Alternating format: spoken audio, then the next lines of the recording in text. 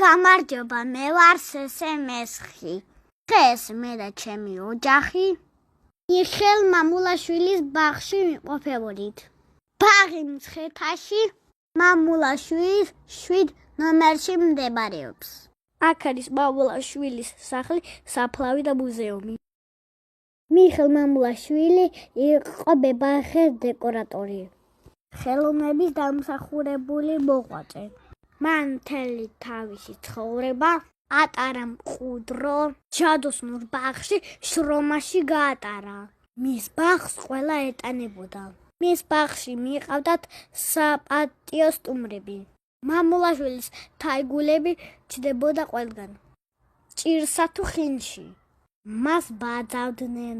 მასზე წერდნენ პოეტები. მასთან მეგობრობდნენ.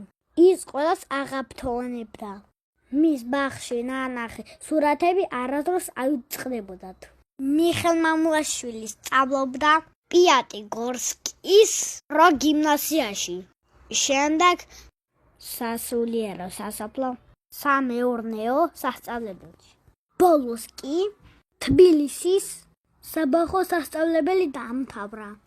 20 წლის ასაკში გახსნა ყვავილების მაღაზია, სადაც თბილისელებს თავასობდა თავის ბაღში მოყვანილი ყვავილებისგან დამზადებულ გვირგვინებს, კალათებს და გირლანდებს.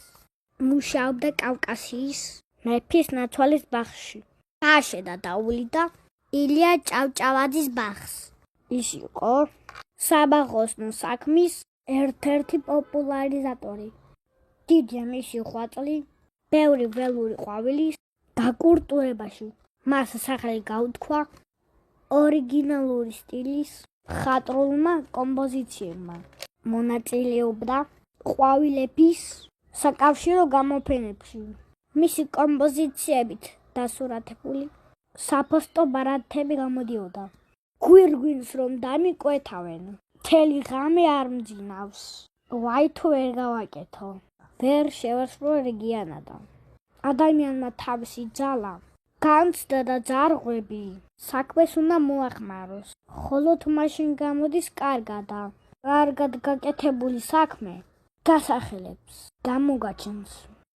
ცუდად თუ გააკეთებ, შერცხვები და გაწმილდები, ამბობდა იგი. ბაღი ძალიან მომეწონა. თქვაც გირჩათ მოინახულოთ.